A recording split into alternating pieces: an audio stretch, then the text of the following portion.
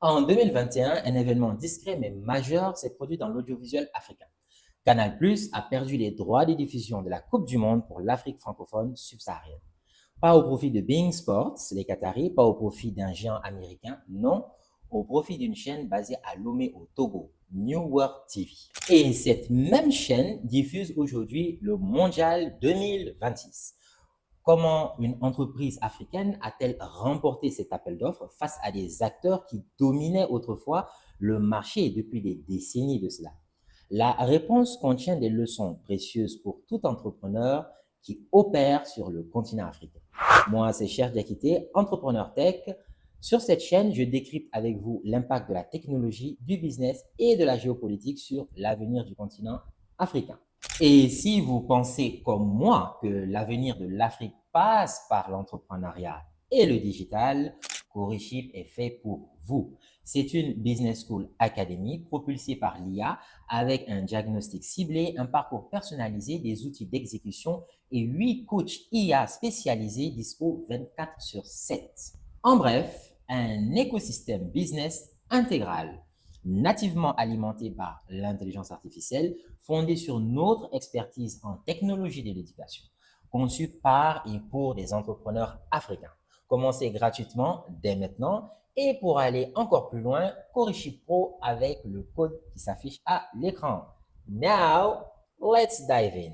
Pour comprendre ce qui s'est passé, il faut revenir sur la structure du marché des droits sportifs en Afrique francophone. Pendant près de 30 ans, ce marché a été dominé par des acteurs principaux, Canal+ et beIN Sports, les Qataris. Canal+ était présent sur le continent depuis les années 90.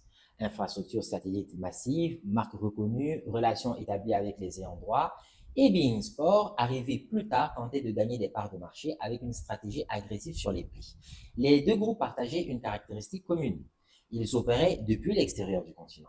Canal+ depuis Paris et beIN Sports depuis Doha, au Qatar. Même offre, même pricing, même modèle de distribution satellitaire. Aucun acteur basé en Afrique n'avait jamais réussi à entrer dans ce marché depuis l'Afrique. Les barrières à l'entrée semblaient infranchissables. Capitaux nécessaires, relations avec la FIFA, infrastructures techniques, et donc tout ça, ça constituait des barrières à l'entrée qui étaient jugées vraiment difficiles à franchir. Puis en 2015, une nouvelle chaîne émerge à Lomé, au Togo, New World TV. Son fondateur, Marc Adissou, est ingénieur en télécommunications. Il comprend les mécanismes du secteur de l'intérieur, mais surtout, il identifie une faille dans la stratégie des acteurs historiques.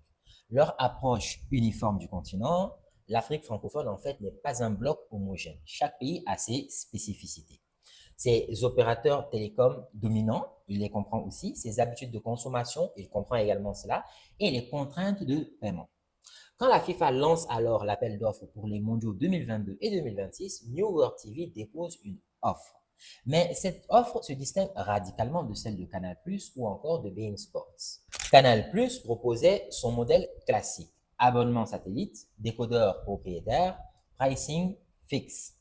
New World TV proposait un modèle de distribution multi-opérateur. Au Sénégal, partenariat avec Orange, de la Sonatel, en Côte d'Ivoire, accord avec différents opérateurs locaux. Au Cameroun, intégration dans les offres de MTN et Orange. Et partout ailleurs, intégration avec les solutions de paiement mobile, Orange Money, Wave, MTN, Mobile Money. Pourquoi cette approche? Parce que New World TV avait identifié une réalité que les acteurs historiques sous-estimaient. La pénétration du modèle Mobile Money en Afrique francophone. En 2020, environ 70% des adultes en Afrique subsaharienne n'avaient pas d'abonnement satellitaire. Mais plus de 80% possédaient un téléphone mobile et une majorité utilisait le mobile money. Donc, quand Canal+ ciblait une clientèle premium avec pouvoir d'achat élevé, New World TV ciblait plutôt la masse avec une approche accessible. La FIFA, dont l'objectif est de maximiser l'audience et les revenus, a évalué les deux approches et New World TV offrait une couverture potentiellement beaucoup plus large. La FIFA, bien entendu, a retenu cette offre. Ce changement marque une évolution structurelle dans l'audiovisuel africain francophone. Pendant des décennies, les médias français dominaient largement le paysage audiovisuel du continent. Canal+, RFI et France 24 pour les infos en continu. Donc, un écosystème cohérent. New World TV illustre une tendance plus large, l'émergence d'acteurs africains qui comprennent les réalités locales que les multinationales étrangères ne comprenaient pas. Ces acteurs disposent de trois avantages structurels. Premièrement, la compréhension fine des contraintes locales, infrastructures, paiements, habitudes de consommation. Deuxièmement, l'habilité pour s'adapter rapidement aux évolutions du marché. Et troisièmement, l'accès à des sources de financement alternatives, notamment le capital diasporique. New World TV n'a pas levé des fonds uniquement auprès d'investisseurs institutionnels. La chaîne a pu compter sur des investisseurs africains et de la diaspora africaine, n'est-ce pas, qui comprenaient le potentiel du marché. Le capital diaspora ne se limite pas au transfert pour la consommation. Il finance de plus en plus des entreprises qui structurent l'économie du continent. Alors, quelles leçons pouvez-vous tirer de ce cas pour votre propre activité entrepreneuriale en Afrique? Leçon 1, la fragmentation comme opportunité.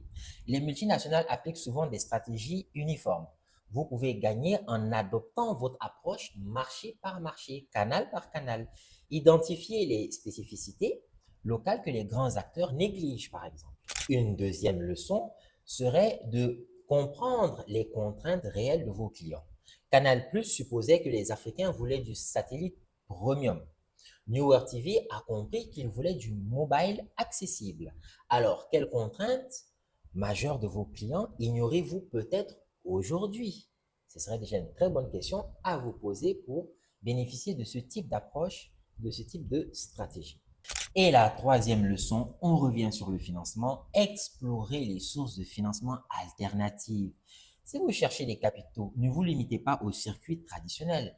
La diaspora africaine investit de plus en plus dans des projets qu'elle comprend et qui lui parlent. Structurez votre proposition pour cette audience. Si vous voulez approfondir ces analyses et les transformer en plan d'action concret pour votre business, c'est exactement ce que nous faisons dans notre masterclass intitulée Lancer, automatiser et scaler votre business avec l'IA. Nous y auditons votre activité, nous analysons des cas pratiques comme celui de New World TV et surtout des études de cas de nos propres innovations IA. Oui, nos propres innovations IA. Et aussi les innovations IA que nous avons conçues pour nos clients partenaires. Vous repartez avec une feuille de route claire. Les places sont limitées à 10 décideurs pour chaque session pour garantir une qualité de travail impeccable. Le lien est en description. Alors, dites-moi en commentaire, connaissiez-vous la stratégie de New World TV avant cette vidéo? D'ailleurs, on les remercie car on regarde plein de bons matchs avec une flexibilité incroyable, une très bonne qualité de diffusion. Et franchement, je voulais faire cette vidéo, c'est aussi une manière de les remercier, surtout qu'ils redorent le blason de l'économie africaine et montrent également que l'Afrique peut innover, y compris dans le domaine des télécommunications, de l'audiovisuel. Alors, connaissiez-vous la stratégie de New World TV avant? Qu'est-ce que vous pensez de leur modèle? Et appréciez-vous leur manière de diffuser, de commenter les matchs avec les spécialistes et tout qu'ils invitent sur les plateaux? Et bien sûr, on se retrouve en commentaire. Quant à moi, je vous retrouve très rapidement. Des vidéos toujours axées sur l'entrepreneuriat, le business bien sûr, avec des angles géopolitiques, des angles technologiques, car aujourd'hui, parler d'entrepreneuriat, de business sans géopolitique, sans technologie, c'est pas une très bonne idée. Et aussi, comme c'est la Coupe du Monde, bien sûr, on va parler business dans le cadre de la Coupe du Monde, histoire d'allier l'utile à l'agréable. On se retrouve très bientôt. N'oubliez pas, encouragez-nous, boostez la chaîne, likez, partagez, faites tout ce qu'il faut pour nous donner du boost, de la force. On se retrouve très vite. Les commentaires, très importants. On veut votre avis. Ça compte énormément pour nous. Et aussi, c'est important pour booster la chaîne. Et on se dit à très vite pour une nouvelle vidéo business et bien sûr Coupe du Monde. Allez, ciao!